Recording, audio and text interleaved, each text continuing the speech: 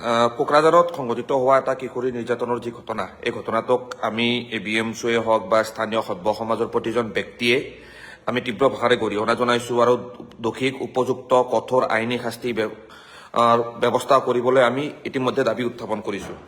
আৰু ইতিমধ্যে আমি গম পাইছো যে কোকৰাঝাৰ আৰক্ষীয়েও উক্ত কিশোৰী নিৰ্যাতনৰ ঘটনাৰ সৈতে জড়িত থকা অভিযুক্তক ইতিমধ্যে আটক কৰিছে আৰু আটক কৰাৰ পিছতো আমি দাবী জনাই আহিছো যে কঠোৰতকৈ কঠোৰতম শাস্তিৰ ব্যৱস্থা কৰিব লাগে। কিন্তু আমি দেখিবলৈ পাইছো উক্ত ঘটনাক এটা বেলেগ ফালে ডাইভাৰ্ট কৰি একাংশ উন্মুক্ত যুৱকৰ দলে আবেলিৰ ভাগৰ পৰাই কোকৰাঝাৰ চহৰত এক অপ্ৰীতিকৰ পৰিস্থিতি সৃষ্টি কৰি আছে বৰ্তমান সময়লৈকে।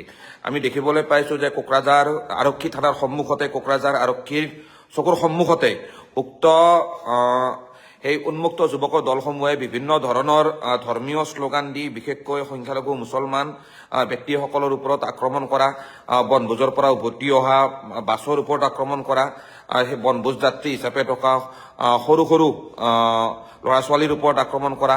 আৰু শেহতীয়াভাৱে আমি সংবাদ মাধ্যমত জানিব পাৰিছো যে বৰ্তমান কোকৰাঝাৰ চহৰৰ মাজত থকা যিটো জামে মছজিদতো একাংশ দুৰ্বৃত্তই আক্ৰমণ কৰিছে আৰু বিভিন্ন ধৰণৰ ধৰ্মীয় শ্লোগান দিছে।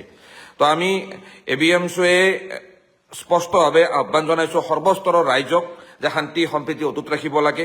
আৰু বিশেষকৈ কোকৰাঝাৰ আৰক্ষী, অসম আৰক্ষীৰ মাননীয় DGP ডাঙৰীয়াক আমি দাবী জনাইছো যে কঠোৰতকৈ কঠোৰ হাতেৰে দুৰ্বৃত্তসকলক দমন কৰি কোকৰাঝাৰৰ আইন শৃংখলাজনিত পৰিৱেশ সুস্থিৰ কৰিব লাগে। কাৰণ বিশেষকৈ BTC অঞ্চলটোত বিগত সময়ছোৱাত বিভিন্ন ধৰণৰ অপ্ৰীতিকৰ ঘটনাৰ আমি সাক্ষী হৈ আহিছো।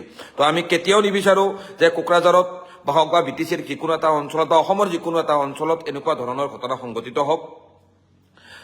ইতিমধ্যে কোকৰাঝাৰখন যিহেতু BTCৰ সদৰ, তো আমি BTCৰ মুখ্য কাৰ্যবাহী সদস্য হাগ্ৰামা মহিলাই ডাঙৰীয়া, অসমৰ মাননীয় মুখ্যমন্ত্ৰী হিমন্ত বিশ্ব শৰ্মা ডাঙৰীয়াক আমি স্পষ্টভাৱে দাবী জনাইছো যে শীঘ্ৰে এই বিষয়সমূহত হস্তক্ষেপ কৰিব লাগে আৰু কোকৰাঝাৰ চহৰত শান্তিপূৰ্ণ পৰিস্থিতি উভতাই আনিব লাগে। আমি এতিয়াও গম পাই আছো যে কোকৰাঝাৰ চহৰত বিভিন্ন ঠাইত দুৰ্বৃত্তসকলে মুকলিভাৱে বিভিন্ন ধৰণৰ ধৰ্মীয় শ্লোগান দি বিশেষকৈ ধৰ্মীয় অনুষ্ঠানসমূহত আক্ৰমণ কৰিবলৈ চেষ্টা কৰাৰ খবৰ আহিছে। তো এনেকুৱা ধৰণৰ খবৰ সমাজৰ বাবে ভাবুকি, শান্তি সম্প্ৰীতিৰ প্ৰতি ভাবুকি, কোকৰাঝাৰ তথা গোটেই BTC অঞ্চলৰ ন্যায় যিটো ব্যৱস্থা হওক বা আইন শৃংখলাৰ প্ৰতি ভাবুকি। আমি ভাবো যে অসম আৰক্ষীয়ে ইচ্ছা কৰিলে, আমি জানো এইখিনি কথা যে অসম আৰক্ষীয়ে যদি ইচ্ছা কৰে অতি কম সময়ৰ ভিতৰত গোটেই পৰিস্থিতি নিয়ন্ত্ৰণ কৰিব পাৰে। আৰু কোকৰাঝাৰত আমি যিমান দূৰ গম পাওঁ তাত যথেষ্টখিনি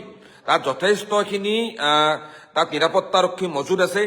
কোকৰাঝাৰ জিলাৰ আৰক্ষী অধীক্ষকে গোটেই বিষয়টো আমি মনিটৰ কৰি থকা বুলি গম পাইছো।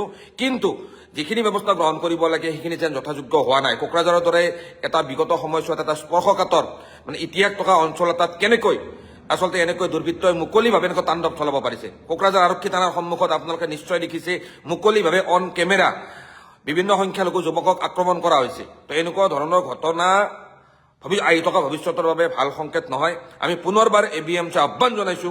আমি কোকৰাঝাৰ জিলাৰ আৰক্ষীক ইতিমধ্যে আমাৰ সেই স্থানত ABMCৰ বিষয়ববীয়াসকলে যথেষ্টখিনি শান্তি শৃংখলা ৰক্ষাৰ ক্ষেত্ৰত সহায় সহযোগ কৰি আহিছে। আমি ABMCৰ সৰ্বস্তৰৰ বিষয়ববীয়া আৰু BTC অঞ্চল তথা কোকৰাঝাৰত সৰ্বস্তৰৰ ৰাইজক শান্তি শৃংখলা অটুট ৰাখিবলৈ আমি আহ্বান জনাইছো। উৰা বাতৰিত ভুল নাযাবলৈ আমি আহ্বান জনাইছো। আৰক্ষী প্ৰশাসনক সহযোগ কৰিবলৈ আহ্বান জনাইছো আৰু যিকোনো কঠিন পৰিৱেশত কোকৰাঝাৰ আৰক্ষীৰ সৈতে যোগাযোগ কৰিবলৈ আমি আহ্বান জনাইছো। কোনো কাৰণতেই যাতে তৃতীয় পক্ষই সুযোগ লৈ কোকৰাঝাৰত এক অপ্ৰীতিকৰ পৰিস্থিতি সৃষ্টি কৰিব নোৱাৰে তাৰ প্ৰতি আমি আটাই নজৰ দিব লাগিব। আৰু দুৰ্বৃত্তসকলে এতিয়া আমি গম পাইছো যে তৃতীয় পক্ষ হৈ আহি কিশোৰী নিৰ্যাতনৰ ঘটনাটো এটা সাম্প্ৰদায়িক সংঘাতৰ পৰিৱেশলৈ লৈ যাব বিচাৰিছে। আৰু এনেকুৱা ধৰণৰ সাম্প্ৰদায়িক সংঘাতৰ ঘটনাক আমি কেতিয়াও কোকৰাঝাৰ ঠাইত আমি প্ৰশ্ৰয় দিব নোৱাৰো। আৰক্ষীয়ে কঠোৰতকৈ কঠোৰতম হাতেৰে এই পৰিৱেশ সৃষ্টি কৰা দুৰ্বৃত্তসকলৰ বিৰুদ্ধে ব্যৱস্থা গ্ৰহণ কৰক, পৰিস্থিতি নিয়ন্ত্ৰণ কৰক। আইনৰ শাসন কোনো কাৰণতেই যাতে কোকৰাঝাৰত ভংগ হ'ব নোৱাৰে তাৰ কাৰণে বিহিত ব্যৱস্থা গ্ৰহণ কৰক। ৰাইজে শান্তি সম্প্ৰীতি অটুট ৰাখি উৰা বাতৰিত ভুল নাযায় আৰক্ষী প্ৰশাসনক সহযোগ কৰিবলৈ আমি ABMC আহ্বান জনাইছো।